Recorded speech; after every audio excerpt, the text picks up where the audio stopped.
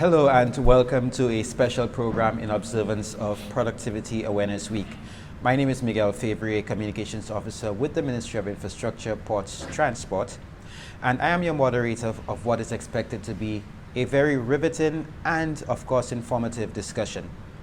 As we observe Productivity Awareness Week here on Saint Lucia, this discussion seeks to take a critical look at the island's road network and how it impacts productivity. Traffic issues are not unique to Saint Lucia, as even huge metropolitan countries struggle with traffic management issues. However, traffic management and the movement of people from one destination to the next directly impacts productivity through lost man hours, amounting to millions of dollars annually in lost revenue. This panel of experts, which I'm about to introduce, will discuss the problems with the road network, particularly the main hubs, the northern traffic woes, and transacting business in the city of Castries. Also up for discussion are practical solutions to address the issues in the short term and long term to include stakeholders such as commuters, policymakers, and the business community. Now, to introduce the panel here, we have a panel of drivers and also a panel of mainly men.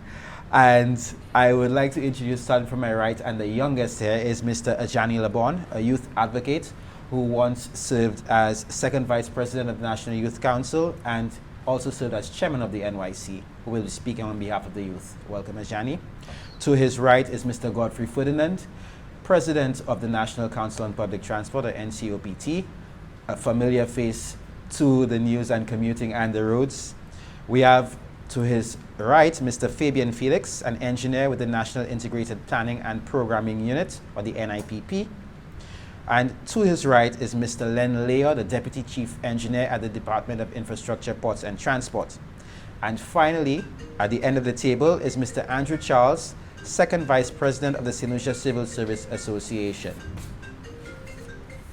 As we start this discussion, I'm going to start, as I said, it will be riveting. So I will start with Mr. Godfrey Ferdinand, who his association and by virtue the various associations under your purview have always over the years had much to say about the state of our road network, particularly as it relates to either the conditions, whether they be potholes, and sometimes even the traffic congestion, which seems to set them back some, if we were to put it in a particular way. And as we're on the topic of productivity, the minibus drivers depend on our roads much more than we do, or I should say many more times a day than we do. So, Mr. Ferdinand, can you just give us an idea of what the road network is like to you guys, how it feels like, and how much of an impact it has on the productivity?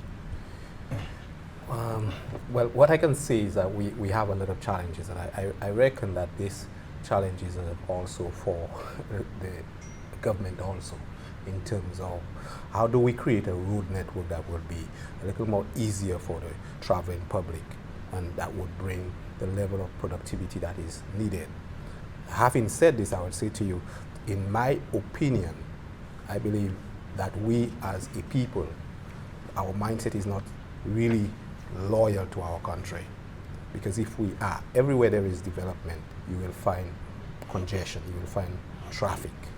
And overseas, people that works at 8 leave home at 5, because they know they will encounter traffic. So to avoid the traffic, they would make time for that. We have a very laid-back, laissez-faire attitude in this country. So we walk into a workplace and we say it was because of traffic.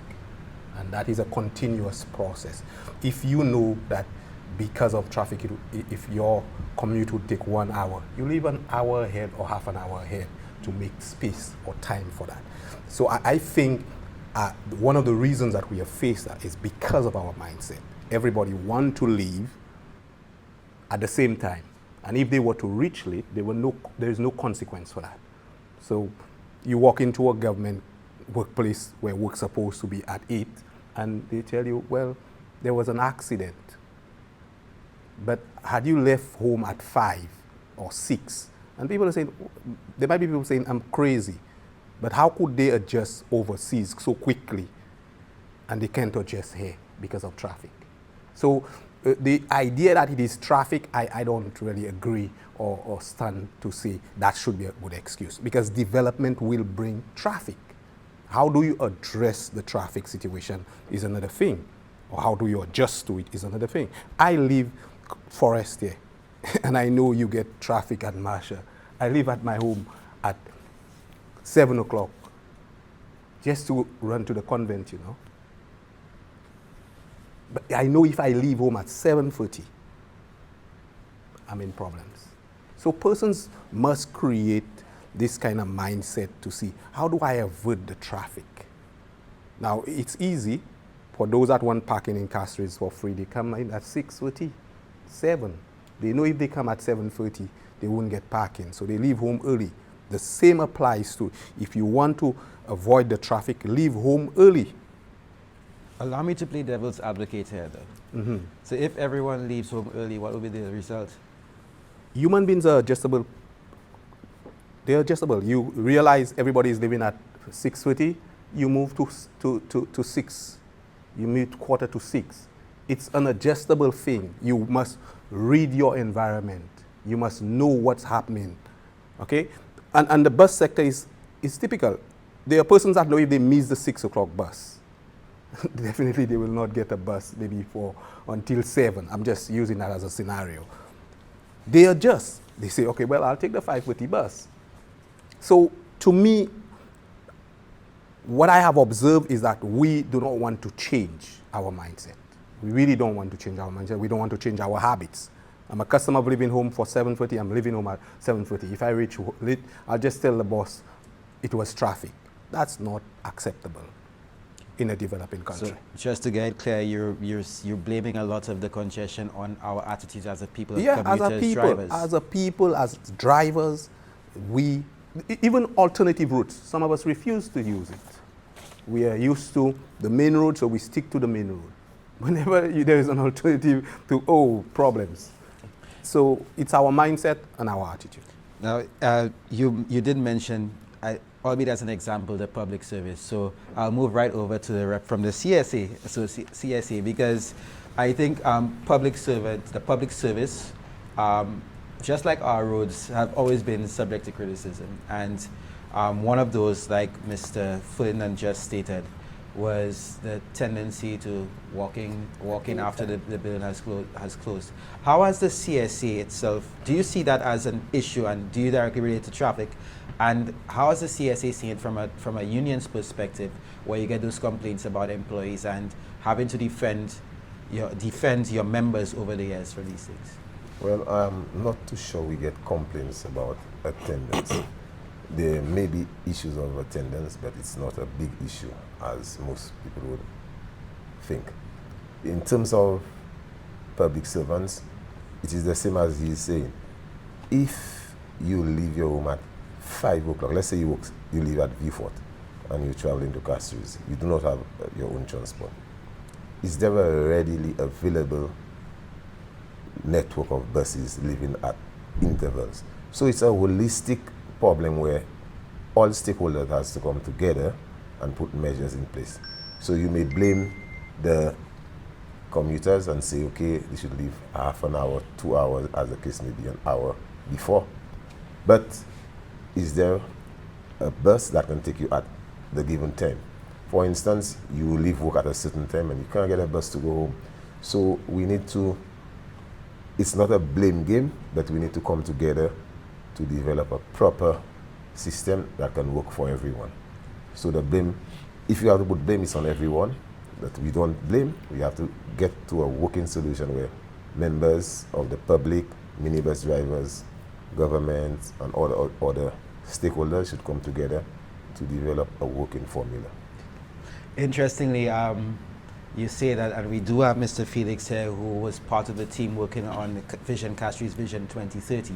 But we will get to that. But speaking of vision, having gone to school in the 90s, secondary school in the 90s, and having lived all the way up north, we did see a time when the traffic congestion was all the way from Grosley all the way to Castries.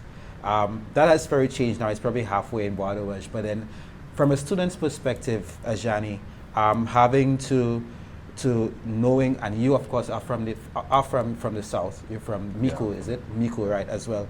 Having to traverse to and from Castries to get to school daily. What was that experience like for you? And talk about, is it with both the road infrastructure and the level of traffic? And as it relates to having students getting to school on time and being productive throughout the day. Right. Thanks for that, Miguel.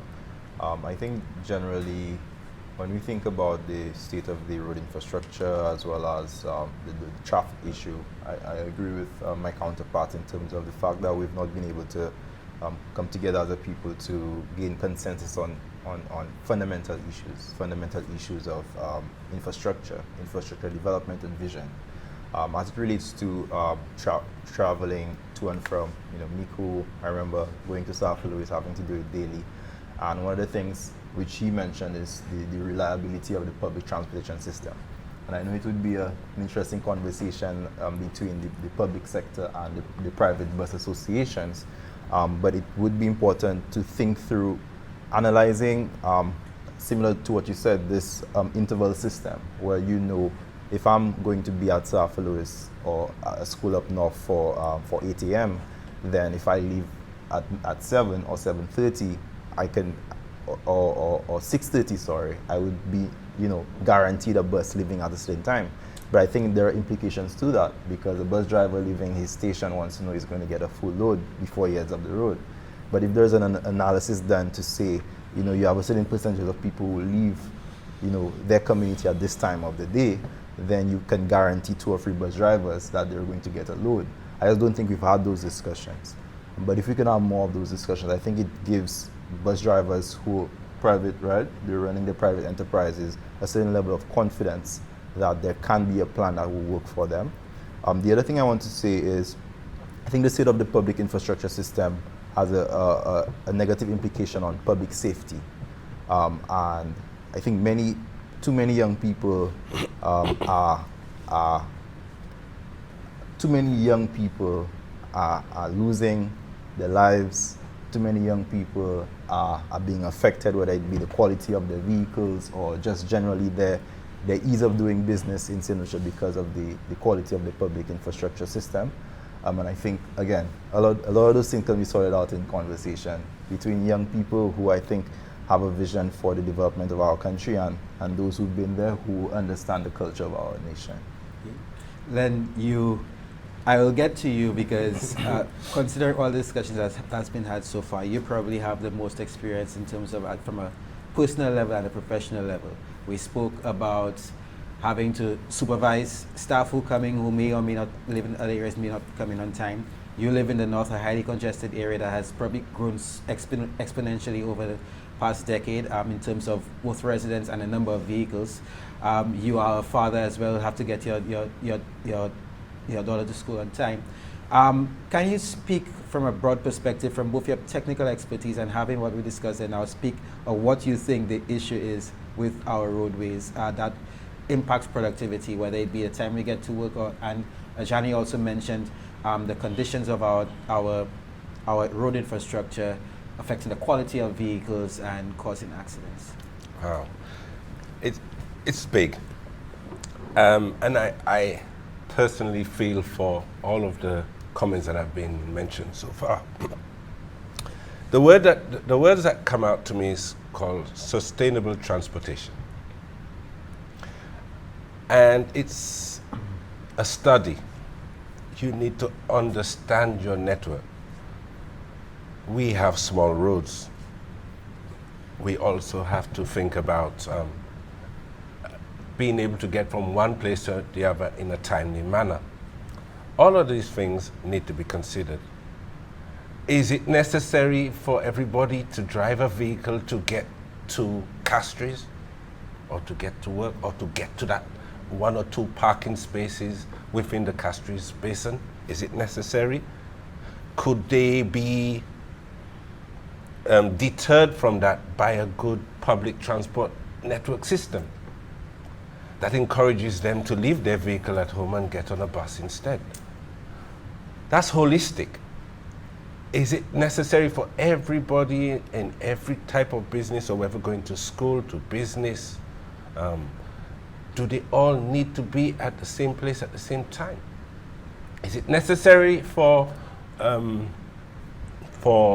businesses to have service vehicles coming to bring their goods for them at peak hours? Could be done at another time. So it's very holistic for me, and it all cannot be solved in one day.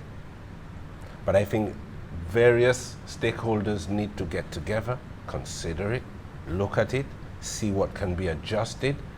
That can also help in alleviating the problems we have on our network system. I am not quite sure I agree with my dear friend here from the Bus Association, etc., in terms of leaving it all to people just to get to work at 8 o'clock, must leave home at 4 or leave home at 3. We have to talk about reasonable time. Why are they having to do that? Are there things that could be done to eliminate that? And again, I'll go to the public transport system. If we have a good network of buses, comfortable for people to travel on, that we know we are going to be there on time, sufficient for the volume of pedestrian traffic that requires it. Could that work? And maybe you could leave home at 7 to be at work for 8. So you can't point at one single thing. I think it's a very holistic thing, and we have to have that vision of where we want to get to, what it is we want to create, and start from now in that slow process to get there in time. Someone listening to you as the Deputy Chief Engineer may say that you're totally dodging or absolving yourself from responsibility of saying that the roads are insufficient. It's not about insufficient roads. We know the roads are not up to standard. The roads are fatigued. Mm-hmm. They need upgrading. It needs finance. I'm a road user, so trust me, I want to drive on good roads. I want to use the bypass roads. I mean, I go to work every day without going on the Castries highway. And the roads are not bad. Could do with some upgrades, all right? And I know that the government are looking into it. They're looking into it right now. There's a big push towards that next year in terms of road infrastructure, and definitely in terms of, for example, the Julian Hunt Highway and the secondary roads. That is exactly what we're looking at right now, but we want to get it right. We want to get it right for all those reasons, to ensure that the motoring public are getting a rideable journey, less wear and tear on their vehicles.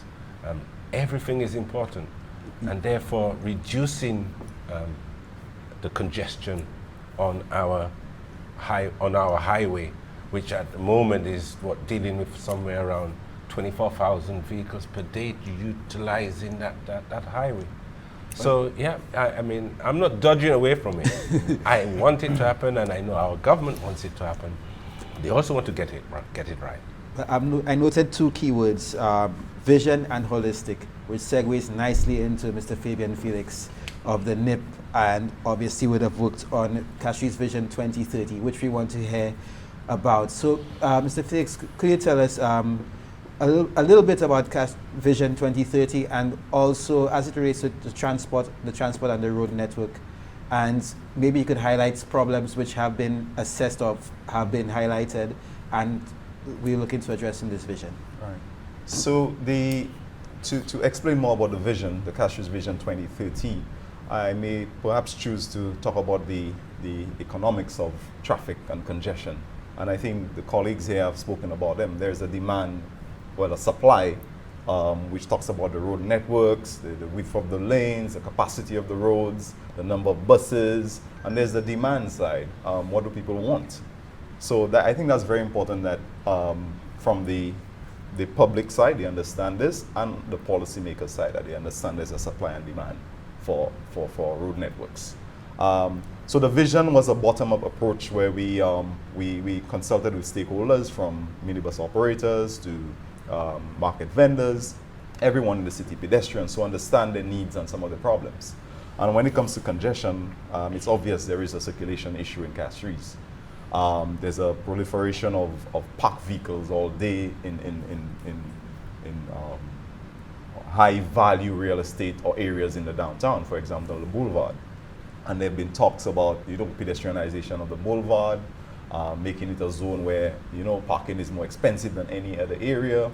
There are a lot of works around Castries. But the underlying issue or the common denominator in all of this, it stems back to the public transportation. Sorry to put Mr. Ferdinand on the spot, but it's the underlying concern.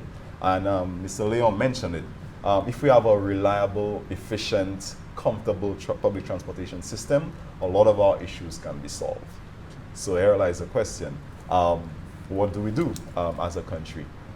There's several initiatives looking at upgrading the bus fleet. I know Mr. Ferdinand, some of his members are getting probably duty-free concession or some form of assistance to get more buses. But you have to look at the demand for public transportation. If there's a reliable, comfortable, time transportation system, I may not need a vehicle. Looking at where I live and where I commute to. So that's why I said the common factor is the public transportation system. Mr. Leon spoke about the road network. And for Castries, there's studies that look into how do you redesign the circulation in Castries. There's some circulation issues certainly in Castries where some streets may need to be, the direction of flow probably needs to be changed. And when you look at traffic and movement of people, the sidewalks is a big issue as well. Are we preserving our sidewalks, or are we giving it to landowners to build stairwells, steps, etc.? We have to respect that space so people won't walk onto the streets and create more traffic. There's a concern about, or an argument, are Saint Lucians bringing too many vehicles in Saint Lucia? Is that a valid concern? Now, or is a solution build more roads? Mr. Leon is probably very familiar with this, the basic law of congestion. If you build more roads, more traffic will eventually come to that road. Why? Because people will say, okay, a new road is built, it's designed to get you there faster, let's use it. So everybody will go to that same road. And to understand traffic, it comes on, there's a temporal issue as well, where everybody wants to get to the same place at the same time. So there's softer issues instead of building roads maybe can be considered, like maybe you stagger the working day, instead of everybody going to work for 8 o'clock, maybe have some people work at 9 and get off at 5. So there's some softer issues instead of just, hardcore supply, heavy, capital intensive projects as well. So it's a very ticklish situation, but Castries, definitely a focus should be in Castries. That's our that's our capital city. In a few days, the first cruise ship will be on island. Are we prepared? That's some really, really good points, gentlemen. You mentioned staggering the work there and rearranging. It was brought up in a discussion one time that, number one, we are bringing in too many vehicles in Saint Lucia. Mm-hmm. We probably have more vehicles, quote unquote, than we have in the population, but also the working from home aspect. But we will move to a break at this point, and we will come back with a discussion. But before we take that break, we're going to hear from a few road users, motorists, and what they think about the road network and the road situation on Saint Lucia. The road has been, actually they have not developed the road comparing to the amount of vehicles that has been imported in this country. There is no future plans as far as I can see, and really and truly, the entire road network in Saint Lucia is in a mess. It really is in a mess. And I think definitely that the government should really look into some kind of company overseas to see whether they can improve, or some kind of engineer to come down and see how much for the coming future that they can actually improve on the road network in Saint Lucia. Because the amount of vehicles in this country, honestly, is unbelievable. Honestly. And imagine from here to Grosley, would take you sometimes about a whole hour. And whereby it should take you like 10 to 15 minutes from here to Grosley to show you how bad is the traffic network in this country. And further to that, when it comes to maintenance of road in this country, it's really poor, really, really poor. All main roads have deep holes. Look, recently a guy on a motorcycle didn't know the road. He going up, end up losing his life because of a pothole. And it's amazing to see how this road has been neglected in Saint Lucia. Supposed to begin, they're supposed to put the drains and block all the excess garbage, and after do the network, like all the little stones on the road in the night time, like in Martinique in Germany. They have to work 24/7 because the government has enough place to put everything right away, because the bus driver is suffering, not you alone. My fears and concerns are, number one, I felt for such a small island, we got too many vehicles, and we never have infrastructure for it. You mean from Gozilet to Castries, and a lot of production has been lost because time has been lost. So I suggest that drivers park at home and use minibus. But yes, we do have issues with potholes. Yes, I wouldn't really deny that, but I believe the wave of traffic is too much. The volume is too much for the infrastructure, the road. Too many vehicles and not enough roads. I think the government can do like, you see they have them crossovers, where I think I saw that in Martinique, flyovers, right? So you could have vehicles going up and down, so that would kind of is the problem. Where I live in Lakwa Mengo Badini. They fixing the road, their tunnel, always a traffic jam, stop and go. I reach in here late. And some of the drivers, they don't want to take their time. Well, it's government, doing it piece by piece. They cannot do everything at one time. It's piece by piece. Some of the roads are potholes, so they have to try and do that very bad, try and organize them, and continue doing the works in between anything. What do they could do for now? Do it. What they can do for now, hold on still. But try and do some work. The road is in a mess, and the parts, like especially my vehicle, is making endless noise because I go down in holes and all of that kind of thing. And then we have to buy parts, and then we have to pay for road and all of that kind of thing.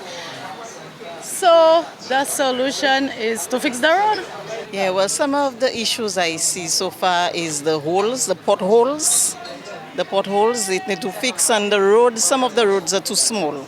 Some places are too small, they need to enlarge it a little bit. So that's what I see so far. And I would say some careless drivers on the road. So some people need to be very careful the way they drive and stuff like that. So I'm innovative. Sure! I'm competitive! I'm productive. I am creative.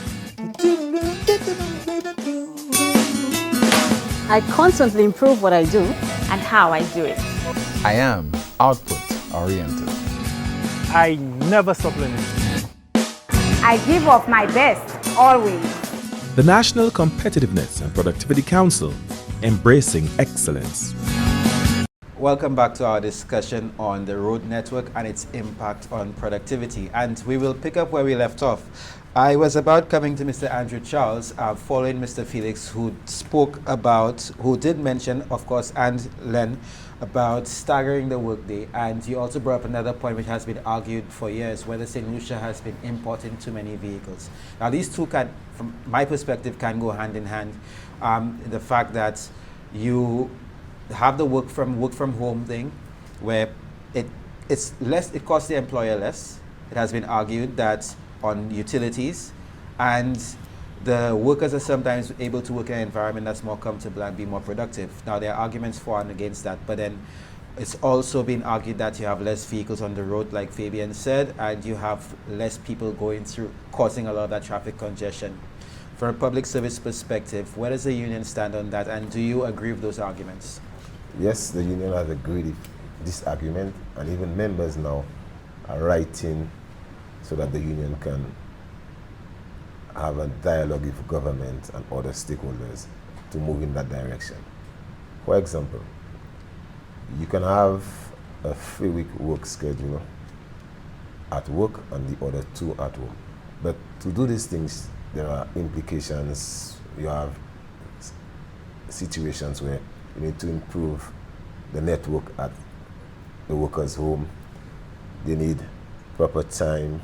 They might need to model a room, a setup, so that they can work. Because we believe work is leaving your home at 8 o'clock and come and sit at an office. Sometimes you sit at an office and you have so much interruptions during the day that you hardly produce work. If you are in your own space and you are dedicated to your work, you are at home, you're doing your work, you're there, you push more work for the day. We have that notion that when it comes to work, you come to the office. The office on them is so congested. I work with Ministry of Infrastructure, and on any given day, Mr. Leo has to answer that phone so many times, and that one calling there, that one calling there, that one calling there. He may not be able to produce. Sometimes he has to do most of his work at night. These are things I know because we work together for a very long time. So the question of work at home has been on the burner, and COVID has taught us that real lesson that it can work. We were forced to do it without any plan. So if we planned it properly, if it's properly planned, and again dialogue, there's a keyword there, and people meeting together to discuss for one common goal, it can be done. In terms of that, in that same vein, so if you have 100 workers working at home for particular days of the week, these are vehicles that will not be on the road at the given time you're talking about, the peak hours to work and from work. If you rotate it, it can be done even better. That said, it's also counter-argued that if you leave people up to their own devices, you might not get the amount of productivity that you would get as if they were in office. Now, recently during COVID, we've seen the advent of the online platform for students working from home, which we'll get to, Ben. You were about to make a further point? Yeah, you're talking about students, but you, an adult, you have a work schedule, you have deadlines to meet. So your supervisor would know whether you are home, on the beach or anywhere, based on your schedules. Working is not, I come to work and this and that and the other, it's producing. You have a time frame to produce your work, and if it is done, sometimes the 8 hour they give you, if you're at home, you can produce that in 4 hours. So it's not about workers will be at, the aim is to get and produce what you have to do. So if you give your workers deadlines, they have targets to meet, you can assess that. What do you want? A worker at your office not meeting the targets, or a worker at his or her home meeting the targets that you gave them? So it can be measured. People say that, but if you are a dedicated worker, you know you have to meet that target on time. You have to do this, you have to call there, do it, put things in place. You will do that because that's your work. That's what you depend on for your daily bread. And I guess most of our people we are professionals, We're just not people that just were taken here on them to do work.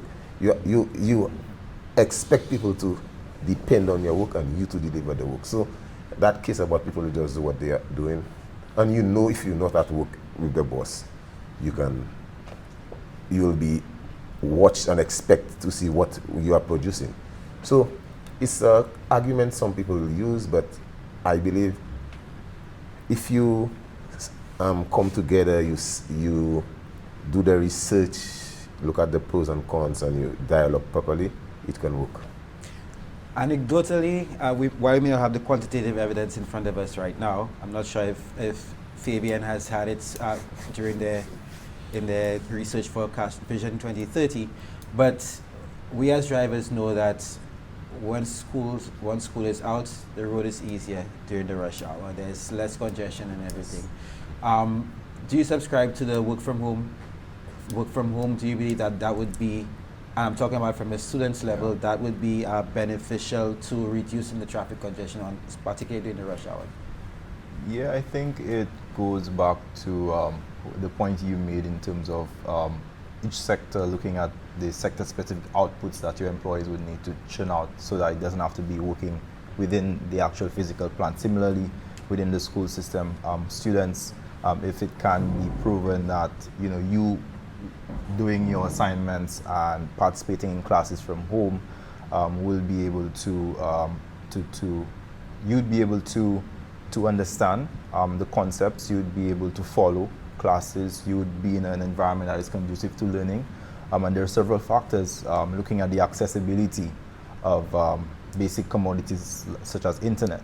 How accessible is internet, particularly in our rural communities? So if we have to look at a shift, we need to ensure that all students or students are not marginalized in a shift towards working or following classes from home. And there's also, the access to devices that has been, or during the time of COVID, was one of the big discussions. How many devices can we make available to students so that they're able to follow through? And then there's the social dynamics of the family system, the resilience of the family to be able to support students or young people who are at home, which means that families would need more resources throughout the day, lunch prepared and different meals being prepared. And other, if you are having students at home, that the parents would need time to dedicate towards taking care of the students. Parents most of the time would have to be at work, considering that most parents and most people would be employed during those times. The other thing I want to, as relates to reducing the traffic issue by ensuring that persons are more flexible in terms of their own occupation, is the view of decentralizing development. That if we can, across the island, districts across the island, have strong commercial setups that you don't necessarily need to travel up to the north, or you don't necessarily need to be, or development doesn't have to be concentrated in a particular area, then it means that I could walk to work on a regular basis, and there's a greater percentage of people who can be guaranteed employment within their areas of residence. And that means that you have a spin-off effect in being able to travel short distances, and also that supports the whole question of students being able to follow or be educated within the areas, that you also don't necessarily need to travel to schools up north if the schools in your area have the equipment necessary or the facilities required for you to have an effective educational experience. It's a very interesting view, and I see Fabian agrees with you. Yes, certainly. When it comes to development and the way Saint Lucia has developed over the last 30 years, most of the focus has been in the north of the island. The north of the island, Castries and Grosley, accounts to at least 60% of the entire population of Saint Lucia. If you look at the data as well, and when you look at the vehicle ownership, Grosley district has the most vehicles owned per household. That's across, whether it be 1, 2, 3, or 4 vehicles per household, Grosley has the most. And that pretty much supports his argument right there. Development has a big issue to play. In terms of our future, what's next in terms of long-term planning for development, I still don't see a solution to that, because Grosley is still the hub for new housing development, new projects and commercial spaces. So that's an issue I guess the Ministry of Infrastructure has to look out for. Would that not be a land use policy issue? In some jurisdictions, I know, for example, if a commercial entity is setting up shop or building, if it's going to make the traffic situation worse, the government or the county or municipality, they incur an additional charge to that commercial entity to offset the expenditure that the ministry would have implemented projects on. But so this is the direction we need to start looking at. Then we'll get to the road infrastructure in a bit, but I'm just sitting wondering, looking at Godfrey, thinking, I know the bus sector may not be one that'll be too happy with the working from home thing, where it will reduce your commuter base. Godfrey, how from the perspective of the transport sector? Well, I've heard so many things today. I want to speak on all, because really and truly, I do support decentralization in terms of development. We have an issue. I think the governments have tried it with schools, where they wanted persons to go to school within the area. The zoning aspect. Has it worked? The answer is no. It's not fair. Because we have a cultural problem. We have a mindset problem. Anything that is going to happen in terms of productivity in our country, the mindset must be changed first. The culture must be changed. So, and then you must have policymakers that actually have the will to change and to implement things. So we sitting here, I hear all these discussions or these nice points, but if you've got a report that makes certain suggestions or recommendations, and then you have policymakers not implementing it, then we will not reach anywhere as a people in terms of productivity. So I'll give you 2 examples where if we want to increase our productivity, obviously we must have a mindset as a Saint Lucian that we want to make Saint Lucia better. Whether you're from Vieux-Fort, Castries, anywhere in Saint Lucia, but you are Saint Lucian, so you want to develop Saint Lucia. So if you're working at home, you won't steal the state because you're working for your country. You want productivity. It does make sense for persons to stay home in some instances to produce. It does make sense. Whether or not it will affect the profitability of the public transport sector is something that can bring a discussion where we apply situations, or should I say methods that are used overseas, where government heavily subsidize these public transport sectors so that they can get the optimum result. And that is in terms of scheduling, in terms of comfort, in terms of everything, service, efficiency. So for government to do that, for us to reach there, the government must invest. As somebody that has been in the sector for over 25 years, what I can tell you, I have yet to sit and listen to a debate and hear that the government invested 30 million in the public transport sector. You hear it for every other sector. But if you want a proper bus sector, you have to invest in it. While it is a private thing, but we always talk about public-private sector. The government needs to put the infrastructure in place for you to have the scheduling. They must put the right network in place for you to have the scheduling. Because some of our routes, it's so easy for us to just make it turn to a loop. So you can get 24, you know, you go into a route and you get a dead end, and you look across and you see another road just across, which could easily just be joined to create easy accessibility and better service for communities and people. But then what we always say is, oh, there's no funds, there's no money. Okay? There's no funds, no money. But we have the Halco report, we have the Castries study, we have about 5 reports sitting there over 25 years, and maybe 1 out of each of these reports that have been established, 1 recommendation. So what's the use of all these reports, recommendations? I mean, we sat with the World Bank, there were several reports, suggestions made in terms of the public transport. What have happened? The state has a responsibility to help, yes, local businesses, as well as providing the type of service for the nationals for us to get productivity. And what's missing in that discussion, or should I say, even though we have that discussion, even though we make recommendation, are there individuals willing to take these recommendations and say, yeah, this is a good recommendation that will increase productivity, let's do it. So culture, mindset, and implementation is what's missing.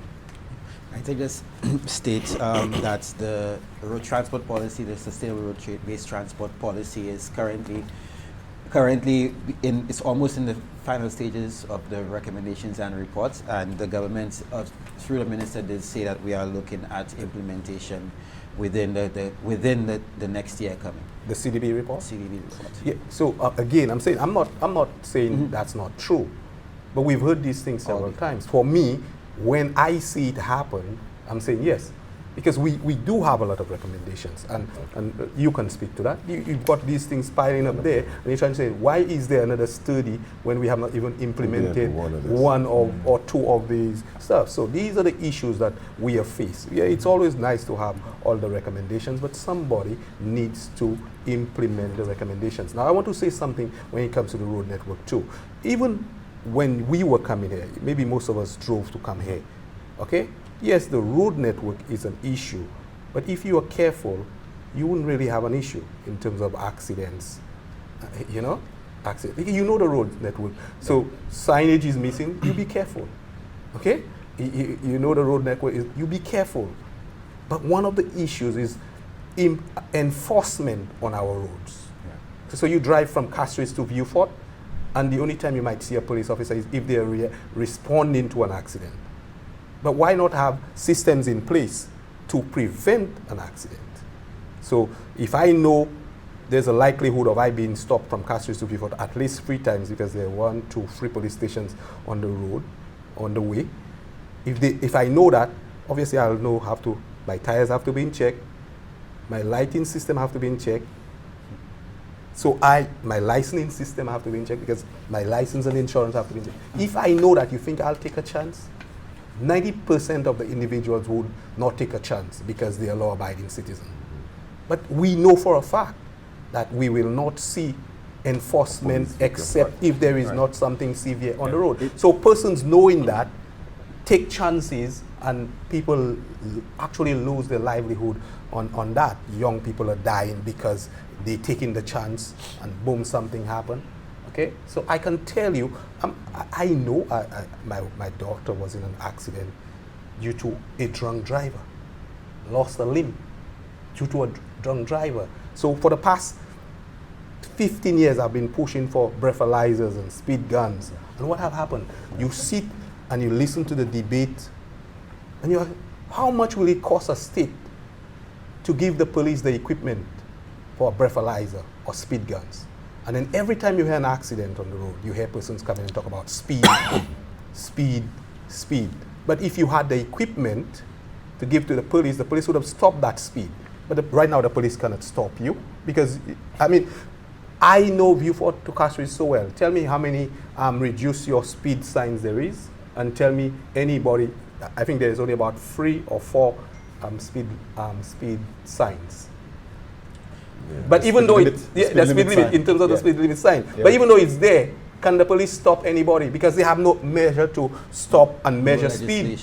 You understand? So it's good for us to be talking about the productivity, but to cause productivity to happen, we must put the small enforcement aspects to control the traffic, to control persons' behavior on the road, so that we can get to where basic things, small things, a speed gun, breathalyzer, police presence on the road, vehicle conditions, and so forth. And then we are okay for now. And then we take it to the other step in terms of maybe we'll need more roads, and we know more roads will get people to buy more vehicles.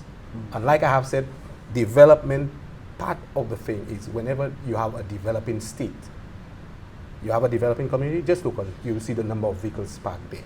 That is part of development. You have to adjust to these developments. I love how this discussion is flowing because you took it out of my mouth regarding out of my head, but then go ahead. But just a small point, because I'm very passionate in everything that you said there, and I feel for you as a road user myself. I do feel these things, and the only thing I say, and that is the reason sometimes why, what measures do we have to take? We put speed bump, we have to put the speed bumps. Because of that. Yes. So sometimes you're asking the question, oh, why we have the speed bumps, and then there's that same mindset that isn't listening. People are thinking of their own inconveniences. And now wanting to compare, oh, why the speed bumps, why the speed bumps? But you've just said it. That's the reason why we must have the speed bumps. Sometimes I have thought of, I personally have thought, I remember I brought it to my colleagues one time. We were looking at some speed bumps, but then speed bumps save if you're going, let's say you're going northbound or southbound. You probably need, and you probably would like a speed bump on first zebra crossing, say, to just reduce the speed. So what you really need is a speed bump on one side of the lane for the direction of traffic and one on the other. What are my colleagues telling me? The mindset of the people, they'll try and go around it. So, therefore, we have to spend more, put more asphalt across the entire road where it's only needed on half. But because of the mindset of the people, so it's costing us more. It should a no-win situation. And speaking of costs, Godfrey, you said it right. We were speaking. There's some worrying statistics on Saint Lucia, and apart from the crime, the violent crime, We talk about road accidents and even a lot of non-communicable diseases like COPD and these things. These things are affecting our young men in their more productive years. They're dying from road accidents. Some of them end up disabled with disabilities and that kind of thing. We're speaking about the responsibility, but others also say that the condition of our roads, which Godfrey did say that we should be mindful, but when they say the potholes. Now, Len, as Deputy Chief Engineer, the potholing unit falls under your responsibility, and the argument many times where they break a rim, they burst a tire, they end up in an accident, they're late for work because they burst a tire in a pothole. Could you tell us how the potholing unit works? Well, we use the word potholing informally, but it's actually the road asset maintenance unit. Yeah. Just tell us how it works and any challenges you may face in having to bring the road to an acceptable standard for motorists. You can imagine what the entire road network is, and it comprises of our primary, secondary, tertiary road system.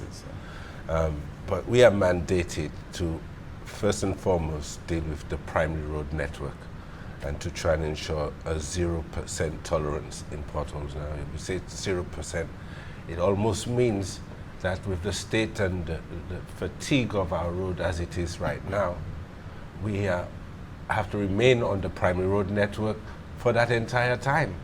Because once we've dealt with a situation in one area, then it pops up in another area. The fatigue on those roads as well brings in the instability of the utility services that lay underneath it. If you imagine all the Wasco network, for example, and I know we're going to come to that because we do a lot of work in terms of potholing because of the Wasco utility system. But imagine that infrastructure that's underneath there is a very old, archaic system, probably entombed in the road network. And the moment we start to do some repairs on our roads, start vibrating, we have now probably fractured that underlying system. And sometimes even though in frustration, and I've had to think about this over time. The minute we have done a little bit of work or interventions on there, vibrating, compacting, rolling, etc., next minute we see Wasco is out there straight away doing a repair. But why? It could be that we have now disrupted or even just injured. That's even a better word. That infrastructure underneath. So of course here we are, as well as trying to maintain our primary road network in order to have a little bit more time to start in the secondary and the tertiary. We then have that infringement going on, and so we're in that memorandum of understanding with Wasco at the moment. And you can imagine the emergencies come up all the time. We have a limited budget that we work with. So that memorandum of understanding with Wasco allows us for them to inform us when they're going to do some work. We assist in terms of the repair. We need to deal with that in a timely manner, in a short time frame with Wasco, and at the same time deal with our primary road network, deal with the interventions that are necessary, and yet we can't get to them. So it just keeps escalating. Okay, well, we're due for a break, but before that we're going to come back to, before that break we're going to come back, when we come back, I'm sorry, our discussion was so riveting. Yeah. When we come back, we're going to continue with the road network and Wasco and solutions, but in the meantime we're going to get some solutions from the public as to the conditions of our road network and the traffic congestion. More back roads, better back roads, and maybe some new roads, to connect the north on Castries, instead of going through the main highway. Try to get some more back roads and is in good condition too. All what government had to do to fix up the road network is when they cut it, fix it one time, and after from that, we're good with that. But I don't have a problem with that. All what I have a problem with, Wasco. If they leave home early, then you can get to work earlier, because since we have a lot of vehicles now, so that means if you're working at 8, you'd probably have to leave home around 6 to get to work for 8. No, the roads are not in good conditions, I find. They could do better than that. Yeah. Fix the road when it's broke down. They could have fixed it often. Too many holes. The parts are expensive. For sure, we need more courteous drivers. I think a lot of drivers drive selfishly on the roads, so they need to be more mindful of road users. And also at the pedestrian locations in town, you have a lot of pedestrians, they don't wait, they just walk right through. So that adds up to the pile-up, especially on Bridge Street and sometimes on Jeremy Street. So these are the things I think that are basically causing the pile-up with traffic that would lead to the loss of productivity on the roads.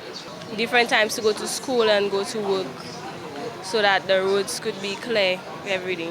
The fact is this, there is no main factor that could alleviate the problem because you only have one main road down there and you get into a lot of cost overrun. Everything in Saint Lucia going into cost overrun.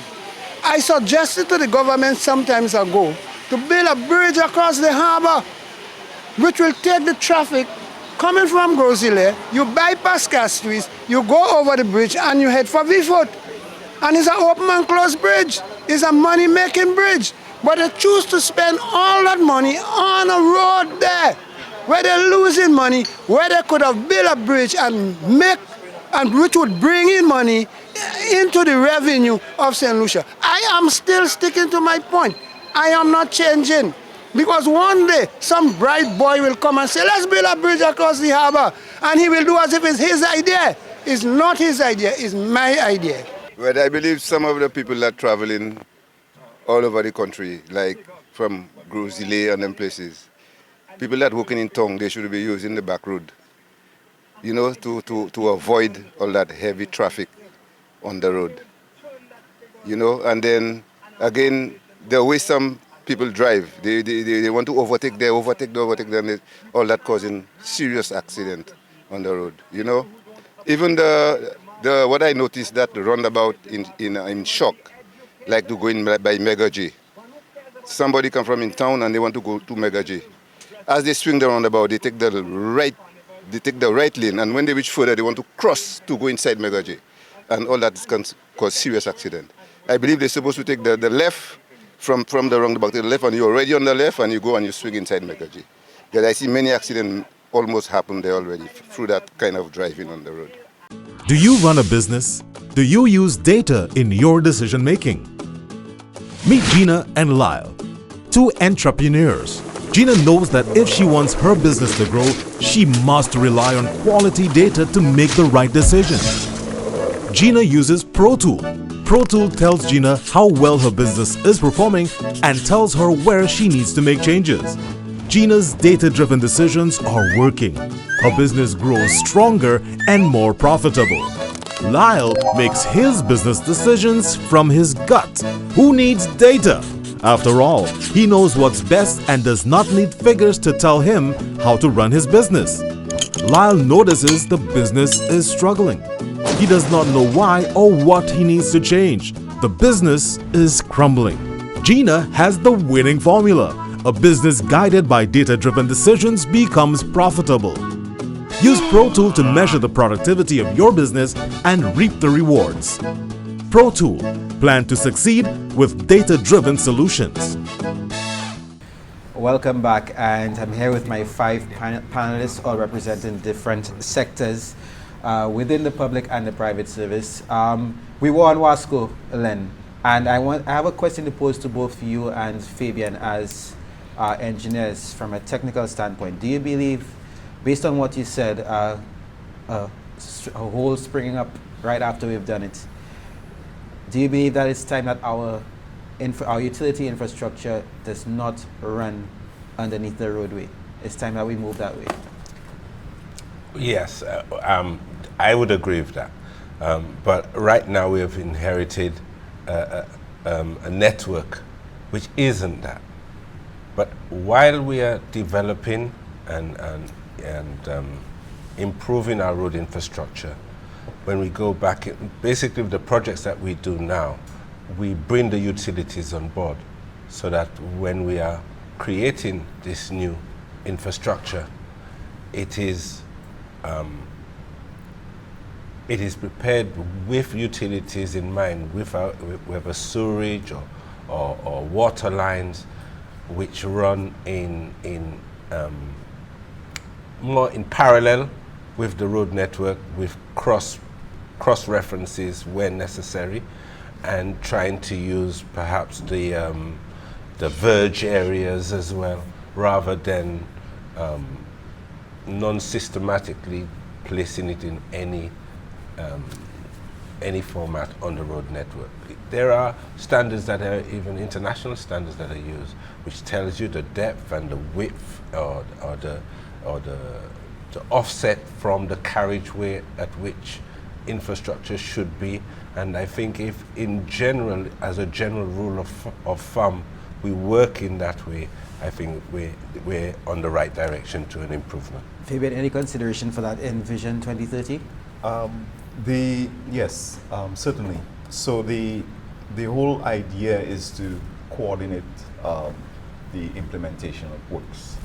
There must be a strategic plan. You don't just decide you're going to run a 24-inch diameter pipe on the main road. That must have been planned maybe weeks, years in advance. It also has to do with coordination among different government entities. In terms of silo-based decision making, they need to coordinate more. Like Len said, there are standards for where utilities should go. Also, it has a lot to do with asset management. So you know your pipeline is 100 years old, and you know probably there are plans from the strategic plan of the Ministry of Infrastructure that road segment is going to be upgraded, and you have an opportunity to improve on your asset in terms of the condition of your assets. So I really think it's about coordinating. You know, that's my belief. Now, going back to the discussion on road accidents, I think Godfrey had a little more to say on that matter. I think I don't even think they're accidents. An accident is something you can't avoid. I agree. Collisions. These collisions that we have on a different, that can be avoided if we are more careful on our road. I believe that the mindset, the whole culture of driving in this country needs to be viewed. Maybe we need to watch how we give persons license to. We need to maybe improve on the legislation, although the legislation has made recommendation for the demerit point system. So persons, again, it's there, but the implementation of it. So if we have the demerit point system in effect, somebody thinking, boy, if I have 3 accidents and well, I'm not going to have a license, they will be more careful. The issue with us, again, I'm saying, is are we not implementing the things to avert the accidents and the collisions? So we don't really have accidents. Accidents, I'm saying to you, are things people cannot avoid. But a bumper thing on the carriageway every day is things that we could avoid if we just drive carefully.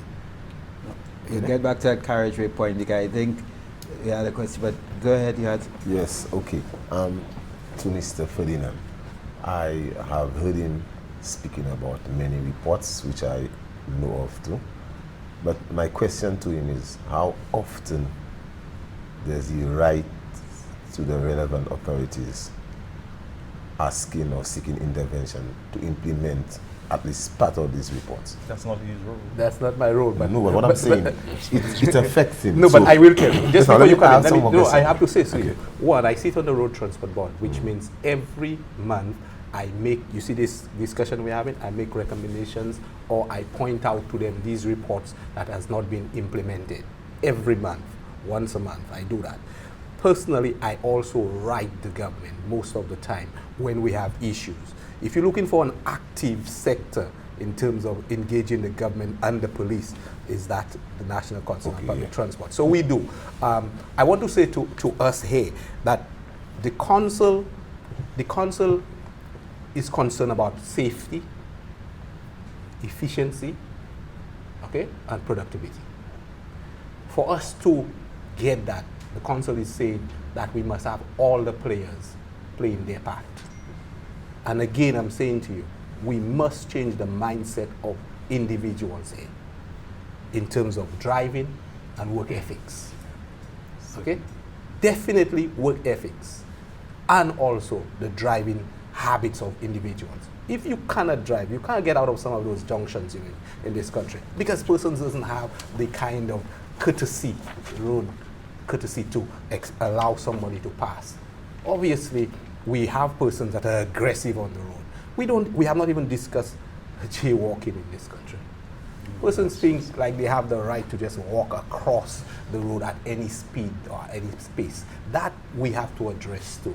We have to address issues of railings in terms of pedestrian railings to force persons to use the pedestrian crossing in the city. Right. These are things that causes traffic and it affects productivity. But these are just small things. And if we can get the small things working, like railings and enforcement of the laws that doesn't require lots of finance. As a matter of fact, somebody will be bringing finance to the state. If we can do that, how are we going to talk about productivity? So, go ahead here. Driving habits, let me just touch briefly on that point. And I think that's very, very critical. Yes. Very critical. We need to change, improve the driving habits of course, road drivers and pedestrians, like as Mr. Ferdinand said as well. I'll give you an example. Castries to Grosley on every day, heading north. Certain drivers will want to speed, just weave through traffic all throughout John Compton Highway. But what they don't know, the maximum amount of time they can gain is probably a few seconds, maybe 5 seconds, because there's no way you can go. To gain an hour in traffic, you have to be driving for like 10 hours. So it's just impossible. So this simple, I guess I know this because, I'm a technical person, I do a lot of research, but a lot of drivers don't know that. It makes absolutely no point to just be overtaken all along Northwest, all along John Compton Highway, Julian and Harmony, only to get to Rodney Bay 5 vehicles ahead of me. So these simple things, you have to change the habits. There was a defensive driving course I did 100 years ago. Yeah. It's still very relevant, and sometimes I wonder if that course is still being done because of what I see on the road. But you wonder, Yeah, it's right. still being And done. then yeah. Which is why I was going to come to the demographic being blamed the most for all this irresponsible behavior, quote unquote, on the road are yours, Johnny. Just how you feel about it, how from the student advocate, youth advocate perspective, how do you see this turning out? How do you see it affecting productivity, and are there any measures being taken from your end, from the youth groups end, to try to curtail this type of behavior among the young people? Right. Well, I'm happy that Mr. Felix would have shared his knowledge of the differences between overtaking and probably the amount of time saved. And I don't think many people have sufficient knowledge, particularly young people have sufficient knowledge of the implications for the reckless driving. You get it when you do your defensive driving, but beyond that, there's not a consistent public education program that will encourage young people to partake in healthy road usage habits. And I also want to say that I think there's a role that non-governmental organizations like the National Youth Council have to play in consistent road safety programming. I think for young people it's a matter of really understanding what their role is as agents of developing a holistic and productive society. I think many times our society has shifted a bit more to individualism, where we've seen how certain things would benefit us and not necessarily what can we do individually to be beneficial to a collective group of people. And I think road safety programming for young people, particularly the National Youth Council working through its various district organizations, district youth and sports councils, can do that at a community level, where you do little simulation exercises within communities, get young people to go through. I've seen something very creative in Antigua where you have the cone set up and you have youth try to maneuver the cones, and it's I think there's some very creative programs that can be run at the community level, but it's not.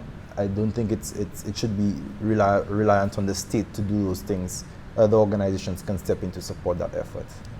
Okay, that said, we wanted to move into a discussion that we've had, I think, Fabian, Len, everyone was a bit excited about getting to that point. We're talking about the dual carriageway. I was a bit impressed actually yesterday morning having to drive through traffic, and I saw an emergency vehicle ambulance actually able to weave its way through, which is not a normal occurrence when there's during the rush hour morning. Any solutions to the traffic on that stretch of road, especially as there's no way to maneuver to go to the other lanes, the opposite lanes? The two engineers. The only thing I'd say is this. I mean, yes, and it's not something I personally hadn't thought about quite a few years ago. So at one point we have one stretch of the new Julian Hunt Highway, but where we have the median barriers, for example, you will notice that it started from the VG. Yeah, VG roundabout all the way to Shop. All the way to Shop. Right. I had my concerns about it. That was many years ago. I guess I was just thinking in terms of an engineer, etc. And I just exactly that for emergency vehicles. What do you do? And witnessing it, witnessing that myself, being stuck in it myself, I thought about it, and hence we did the trial. We did the trial of the delinear barriers, flexible barriers. This is what I thought of this, and the whole idea behind it was to still differentiate between northbound and southbound, but perhaps in terms of an emergency vehicles would be able to go over the curb, just lay down the delineator, which is flexible and just goes back into place, and able to get on the other side. I've had my little thoughts on that. It's sort of half the solution. I still think in terms of safety, it's not the best, because even if you're driving on it and the curb and you hit the curb, there's still that possibility perhaps of a vehicle overturning. So, but I still think it has to be looked at. And as part of the study, I believe that what is going on right now in terms of the interventions and the designs for the new Julian Hunt Highway, these sort of things are being considered at the same time. We have to think about emergency services. It cannot be a standstill. We've got to think of what can be done. And I know that as part of that feasibility and design study, for which I believe expressions of interest are out there right now, for that study to be done, I'm hoping something good will come out of that and will solve some of these problems. It's said in a discussion with someone the other day, it said that while we may have a lot of secondary roads, a lot of back roads, they're still saying that there are some areas that you can't avoid passing through. And I'll give you quite an example. You come through Latok, you come down Latok and you're heading to Castries. They're saying, someone said the other day, they wish they could have just been a bypass through VG so you wouldn't have to go through the city. Solutions, do you believe that's a viable solution, having more bypasses so you don't have to go through the city if you don't have to and get to your destination? Do you think that would save a lot more time, get to work on time, increase in productivity? Certainly, connectivity helps. Remember, one of the main causes of traffic is the convergence of vehicles into one network. So if you have more alternative routes, it will certainly help. Of course, those routes have to be attractive. That's another thing. So it cannot be adding more travel time for motorists. So I think that can help. That can be a viable option. With regard to the dual carriageway, that's a conundrum. That's a very ticklish one right there with emergency vehicles. My thought on that is the response time of traffic police responding to collisions. To me, that has to be improved on. Probably, I've seen improvements. The motorcycles will help because they can weave through the traffic better than, of course, a motor vehicle. And another thing is the clearance of a scene. Not I mean, if it's a minor accident, bumper, fender bender, I think insurance council, the laws have to change so that vehicles need to get out of the dual carriageway as soon as maybe photos are taken. I know there's some trust issues as well, but the insurance companies need to talk to each other and come up with rules to tell their clients that, hey, if it's a fender bender, take pictures, come up with a report, get a witness or something, and get out of the way so productivity can carry on. So these are the type of discussions that need to be brought to the table. That is pretty interesting, because I was going to come to that, because we've seen quite a few fender benders for the VG roundabout, depending on where the roundabout is, and you find people, it slows down traffic so much, and you're just thinking and wondering, but why don't they just sort that out? It might be a little scratch or something, but like you said, it could be trust issues, and you did say the mindset of our people does have to change, but we're looking at the police and their response times. You said you've seen an improvement and all that, but the idea of having police patrols, do you really think that this will work? This would really serve as a deterrent, as a hindrance? Yes. Well, I think it will. However, I'm saying the police is challenged because of the fact that they don't have the equipment to actually enforce some of the laws.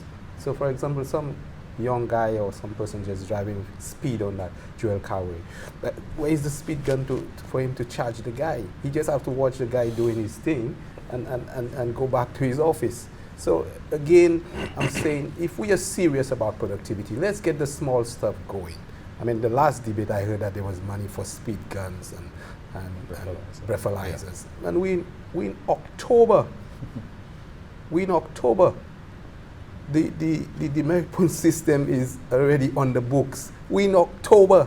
How long does it take to implement, to order speed guns and so forth? Of course, I know the red tape of government, but it shows that there is no urgency to dealing with the small stuff. We're talking about productivity. And then we're talking about productivity. Let's deal with the small stuff, and at least we start somewhere. Yeah. But then if you want to, and that's something about governments, administrations, they believe big projects are what actually brings income. It brings income to one person or 3 or 5 persons, but the small stuff, your light's not working, you get a charge. If you get 50 charges at $250, that's an income coming to the government from the police. They can then fund maybe the breathalyzer or training for the police. Just the police itself can bring enough revenue by enforcement to take care of themselves. But we don't have that mindset. Everything is about government budget and getting money from there. And then we also have a mindset in this country where we believe tax is bad. But if you want things done, you must get tax. Yes, the tax, if I'm being taxed, I need to see that the tax is being used properly. But you want proper hospital, you want proper roads, you want everything else. And then you're making reference to when you were in America or you were in England. So go check the tax system vis-a-vis our tax system. Stop allowing persons to play with your mindset. Do the research and you will see. The reason why these people have these things is because there's a tax system that works for them where they can buy equipment, they can do things. So for us, again, I'm saying mindset and enforcement is what really needs, and the heart to say, okay, let me start with the small things. The small things that can bring changes. Don't try, But while I'm on that, I want to make some points on busing. You see, in busing, we have one of the best systems in the Caribbean. And we do get invitation to try to get it implemented in some parts of the Caribbean. You can ask the Ministry of Infrastructure on that. Well, in the transport department, or not. For productivity, you see any hotel that is living in the traffic problem, the traffic zone of Saint Lucia, don't you see they have contracted buses? And do you see that their workers are late? No, because it is scheduled. They studied the traffic, they studied everything, and they say, boy, if I need to get you there for 6 o'clock, I need to put all of y'all by Delease for 5, and we're going to send a coaster. Boom. If there is traffic, we use back road. Because they made kind of preparation for that. For the schools, if you notice, a lot of them are using coasters, okay? Coming from the south, they coasters. The children are on time, regardless if there's traffic or not, because they watched the situation and they saw, hey, putting 3 children on a minibus on that one and 3 on that, it doesn't make economic sense. Let's put them on one bus, 30 of them, move them to the different schools. By 8 o'clock, all of them are in school. The same applies to up north, where you have, I mean, those persons that are concerned about the environment or because they don't want to be late at work. By the way, the persons that are working for themselves don't like to be late for work, because they don't. But they have buses taking children from Grosley, the same place where they have traffic, and they get to work on time because all of them on a 30-seater or on a 14-seater, and they use the back roads, but they're on time. Again, I'm saying productivity requires certain discipline, certain mindset, certain attitude. And if we want to get things done, I believe we should have a national mindset. You can't tell me in 2023 we don't have a land policy. In 2023, no land policy, people can build anywhere. In 2023, we don't have breathalyzers, we don't have speed guns, we don't, in 2023, I mean, on my phone, I can take my phone and check my blood pressure now. I don't even need to buy it. In 2023. So if we want to do things and make things happen, we must take it and be bold about it. Make the decision and stick to the decision. Don't start big, start small, and let's make it. Well, as we head to the end of our program, Godfrey, you have summed up what appeared to be your final thoughts very well. So, as with a few minutes left on this special program, we're just going to take some final thoughts from you gentlemen here. We're going to start with you, Ajani, then we're going to skip over Godfrey. Yeah, well, I've learned a lot from my colleagues here in terms of what is already in the pipeline. And yes, I do agree, we do have this implementation deficit. So it means accountability, being able to hold accountable entities, agencies who are responsible for implementation. But it also means that individually, and I wanted to ask Mr. Ferdinand a question in relation to the role of his, the associations, because I think there's a greater role we could do within agents outside of the public sector to be able to not just hold accountable agencies, but also to be able to, find creative ways of answering the questions that we have. Many times it doesn't necessarily take government to act on it, and I think there's a way that we could also look to mobilize the resources that we need, whether it is through the private sector, or whether it is through developmental agencies that independently our organizations can look to address issues. So that's essentially what I think we should be thinking through: accountability, but also what can we do within our own spaces to make the change that we require for ourselves. Fabian, final thoughts? Yes. A simple way to measure productivity and the effects of the traffic congestion on productivity is simple. Just average how many hours you spend in traffic per month or per week and divide your salary by that time frame, and you'll see, multiply by 365, you'll see how much money you lose. I mean, that's a quick metric. And hopefully the data speaks for itself, and with that data, we can come up with more solutions or implement the solutions that we all know of to improve on the traffic congestion issue. Len? Well, the northern part of the island is obviously problematic, and right now as we speak, the government is doing a study to try and come up with the solutions. In the meantime, our mandate, especially for next year, is to improve our road infrastructure. Some of the very key roads both on the highway and on the secondary roads, East Coast and West Coast, and at the same time to be looking at the trouble spots along the Julian Hunt Highway to see how we can improve those. So we're very much in line with your thoughts, and we're doing the best we can with the resources that we have to try and make that happen too. Andrew, your final thoughts? I've heard everything. I've agreed with most of what is said here, but as a resident of the south of the island, I must say that I am not satisfied the ministry's effort in our road network. As Mr. Leo knows well, water is the road's greatest enemy. I feel our Ministry of Infrastructure should have, a proper maintenance program. It is, to me, I wouldn't say it's simple, but if you put the proper measures in place, for example, you have the Ministry of Infrastructure, South. We need, if you have one grader, a backhoe, 2 trucks, although you can rent other trucks, and you reduce your verges properly, you won't have problems with your road network in terms of potholes, a lot of alligator cracks, and you do the overhanging. When you have overhanging, it keeps a lot of water on the road. That's the road's enemy.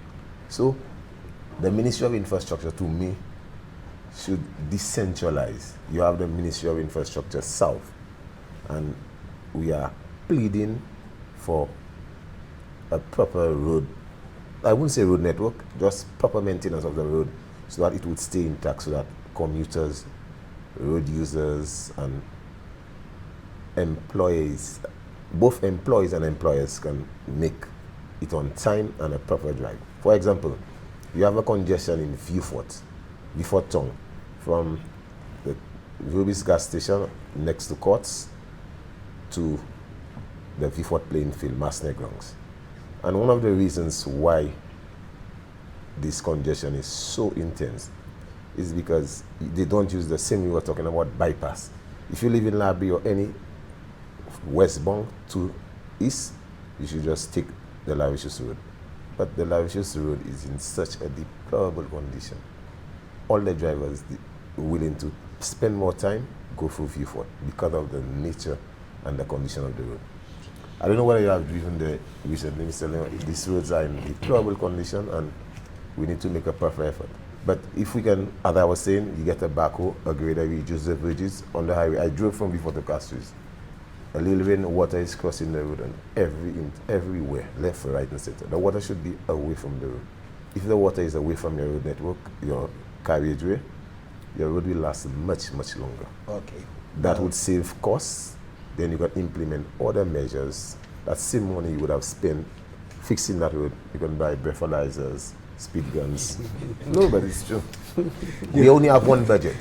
So if you can save here, you get more to spend here. The right person is there to hear you. So Leo is responsible for the road maintenance unit. But as we wrap up, I'd like to thank you all, gentlemen, for this very, very interesting discussion. Unfortunately, there was a lot more I know we wanted to get to, but the time would not permit. But we were productive with our time. So I'd like to thank you very much again. I'm hoping we can do something like this next year. And thanking you, viewers, for listening to this very important discussion on our road network and the effects of the traffic congestion on productivity generally in Saint Lucia. I am Miguel Favre for this special program for the National Productivity Council, hoping that you found this as interesting as we here on this panel found it. Once again, thank you. Goodbye.